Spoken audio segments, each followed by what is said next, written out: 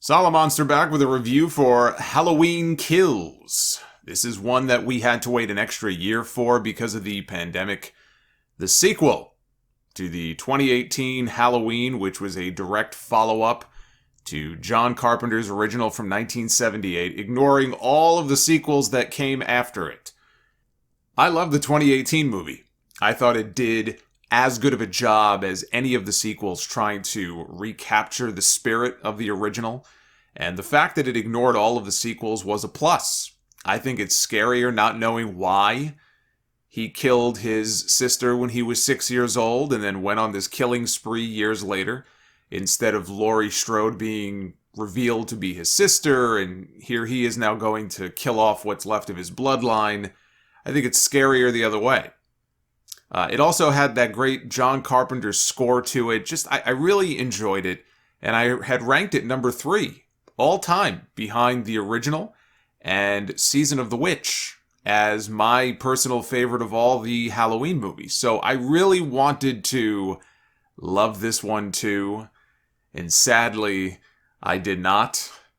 Although I would still take it over the whole Thorn story from Part 6, or the heaping pile of shit that was Resurrection. It wasn't all bad, but this was just a more violent, dumbed-down version of the 2018 film. I did like the fact that I was able to stream this on Peacock. Yeah, it didn't look like it hurt the movie much in theaters. It pulled in over $50 million this weekend. Look, people just love their slasher movies. It's why I have every expectation that that new Scream movie is going to do very well when it comes out in January. But if it keeps pulling numbers like that, 50 million in one weekend, that's down from what the first movie did a few years ago. But I think given the whole situation with the world and movie theaters right now, that's still a hell of a number. So if it keeps pulling numbers like that, I think Halloween Ends is going to be followed by Halloween 4, just kidding, and Halloween 5. No, really, we promise, this is the end. That's what's coming up. There are some spoiler notes in here. They're unavoidable here for my review. So if you have not seen the movie yet and you want to go in fresh, you have been warned. This would be a good place to stop, and then you can come back later.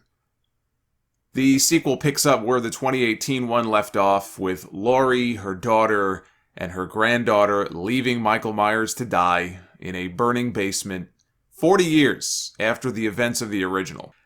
I like that they included more characters from the original beyond Laurie. I think pretty much all of them don't make it out of the film alive.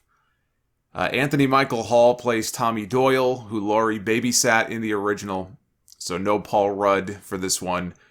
Lindsay, who was 9 years old in the original, she's back and all grown up now. Lonnie was the kid who bullied Tommy and told him the boogeyman was coming to get him. It was a minor part in that movie, but they resurrected the character here in this one with a different actor, now 40 years older and with a son of his own, who happens to be dating Laurie's granddaughter. Nurse Marion is back. She was one of the first 2 people we ever saw in the opening scene of that very first Halloween movie, in the car with Dr. Loomis on their way to Smith Grove the night they found out that Michael had escaped. And they brought back Sheriff Brackett, now working as a security guard at Haddonfield Memorial Hospital. There are flashback scenes to 1978 that they filmed that I thought were well done. They even had some of that graininess, a little bit of that graininess to them. But the thing that blew me away, and this is maybe the biggest compliment I can pay to this movie, was how they brought Donald Pleasance back to life as Dr. Loomis. There's a flashback with a cop who was on scene that night in 78, and Loomis walks into the house. I figured it had to be CGI. It wasn't CGI. It was good old-fashioned practical effects, which I love.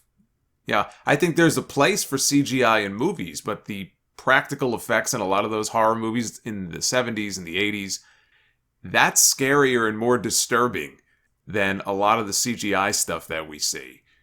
Kind of like in The Thing, for example. I've always loved the practical effects in The Thing from '82. But there's a special effects artist, Christopher Nelson, who worked on the film, he posted photos on his Instagram of what Loomis looked like in the movie up close. And it is unbelievable how realistic it looks. They used 11 pieces of prosthetic makeup with hair pieces placed over the head of their construction foreman, who they have a little picture of the construction foreman, and he looks enough like Donald Pleasance, or at least has the same kind of, bald head, that with the makeup on, you would think you just stepped into a time warp. No CGI needed. I love it. You may have noticed in the movie, they used the old silver shamrock masks from Part 3, like on the victims in the playground scene. That was a nice little homage to Season of the Witch, which gets unfairly maligned because it is not a Michael story, but it is still one of my favorites. But it's called Halloween Kills, so that gives you a sense of what to expect going into this thing. If you just want to see Michael killing people in gruesome, brutal ways, and nothing else really matters to you, then you'll enjoy this movie. As far as brutality, I will give them credit. They definitely delivered on that. The original Halloween, it was less about the blood and the gore, and it was more about the tension and the sense of dread and fear of the shape.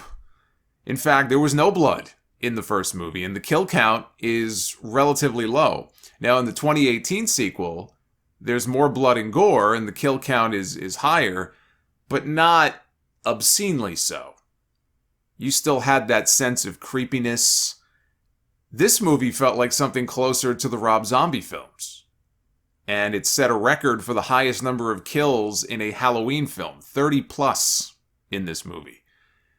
So really it comes down, I think, to your personal taste. Do you prefer the tension and the creepiness of the old movies, or do you prefer the splatterhouse kills that you get in a lot of the other slasher movies? I just never saw Halloween the way that I saw Jason, ripping people apart in the Friday the 13th movies. I thought they went a little overboard with it here. I understand where the writers were coming from, after all that happened in the first movie where Michael was left to burn to death in that house. Now he comes out and he's really, really pissed off. I would be too. So the second film was Michael going on a complete rampage, right? If the first film was reestablishing the story with Michael and Laurie, the second film was Michael just going out of his mind and killing anything and everything that breathes.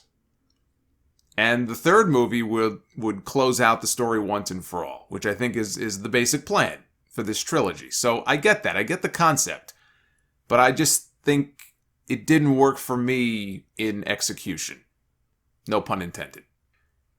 The stupidity of the people in that town. I have to talk about this. The stupidity of the people in this movie almost makes this a comedy. It was like one giant slasher movie cliche. The worst part was the escaped mental patient. There's a little side story in this movie. And, in like the bar scene, there's a scene in a bar. There's like a breaking news report, I think, about the two escaped mental patients who were on the loose. The worst part was the patient who picked the worst possible time to escape because everybody in the hospital thinks that it's Michael Myers. In their panic and paranoia, I guess, they believe this man to be Michael Myers. I didn't know Michael was short and fat. I mean, I guess that's what happens when you age. You get shorter and you get fatter. Michael would have to be what? It's 40 years later, so he'd be in his 60s? Or late 50s, maybe? But it just came off so goofy to me. So many of the people in this movie were too stupid to live. Michael did them a favor. He spared them a lifetime of embarrassments. After the angry mob at the hospital end up causing Mr. Mental Patient to jump to his death, I found myself rooting for Michael at the end, when he's surrounded by the mob. They killed an innocent man. They caused him to jump to his death. So they got what they had coming to them. And then there's the little twist near the end, where Laurie is in the hospital. And we don't get to see much of Laurie in this movie. This movie was a respite from Laurie Strode. So we had more of her in the first movie. I assume we'll have more of her in the third. This one, she kind of took a back seat to her daughter and her granddaughter and everybody else.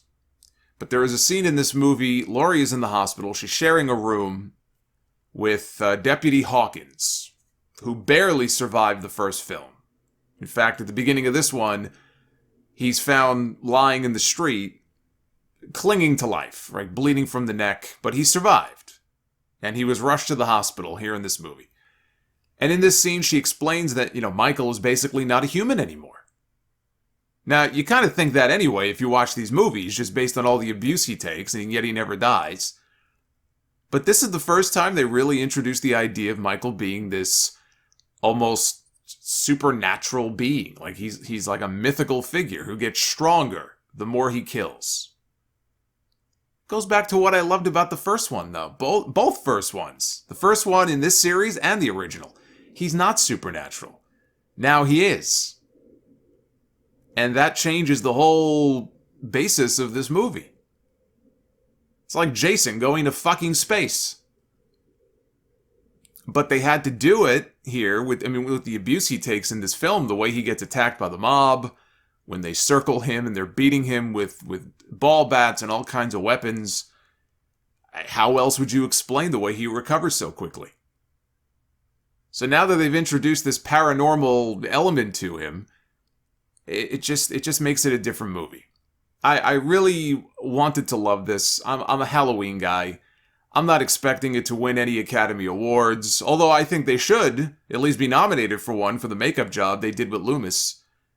But as I said earlier, what we ended up with is really just a more violent, dumbed-down version of the last film. It's not the worst of the franchise, but whereas the last one I would say is in the top tier, this one is closer to the bottom than it is to the top. Now, the two sequels, Halloween Kills and Halloween Ends, were not filmed back-to-back, as some people seem to think. The director says the script is done for the next movie. He's just waiting on final notes from John Carpenter. So they haven't even started filming yet. It has a release date already of October 14th of next year. So they're going to have to get cracking on that soon. It is supposedly being set 4 years after the events of this movie, with Laurie's daughter being killed at the end of this. It's not a case where Laurie finds out her daughter is dead and then runs out that night, seeking revenge. So there's going to be a gap. How they fill that gap is going to be very interesting. And I mentioned Hawkins, the Hawkins story that they introduced in this movie, in the flashback to 78. Where he was one of the responding officers the night that Michael went on his big massacre. And that night, he had multiple chances to try to shoot him and kill him, and he missed, and he didn't. He actually shot his partner by accident. And then when the cops and Loomis finally corner him outside the house, and Loomis is about to shoot him, he's about to shoot him in the head, Hawkins stops him. Because in his mind, Michael was just a kid in a man's body. He saved Michael's life. And now he blames himself for all of the death and the destruction that Michael has caused over all these years, because if he would have just let Loomis shoot him that night, this all could have been avoided. Given that story that he told, I don't think he'll be the one to finally put Michael down in the next movie. I think Laurie will. But I assume he's going to have a key role in Michael's downfall. However that comes about in the next movie, to complete this redemption arc that they've now given him. We'll see. We'll see. Whatever happens, I'll be there to see it. Just because I didn't like this one as much as the last one does not mean they can't rebound for the finale. Laurie has to cut his head off. Otherwise, he's invincible. She cut his head off at the end of H2O, but then in Resurrection, we found out that it really wasn't him under the mask, so I guess it didn't count. Anyway, those are my thoughts. Let me know yours. And I will see you guys back here real soon. Take care.